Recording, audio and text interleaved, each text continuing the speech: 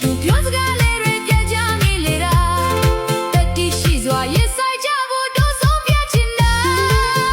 ကိုရဲ့ဘဝကကာကြီးစီကရွှေကြီးမှာ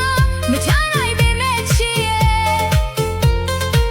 မင်းတို့လိုဘဝချင်မျိုးတော့ကိုချိုးစားလို့ခင်မဲ့ချင်နေအပြားမချွေပါနဲ့ချစ်ရဲ့ဘယ်လိုလူမျိုးမှာရွှေမိုးရမစားပါ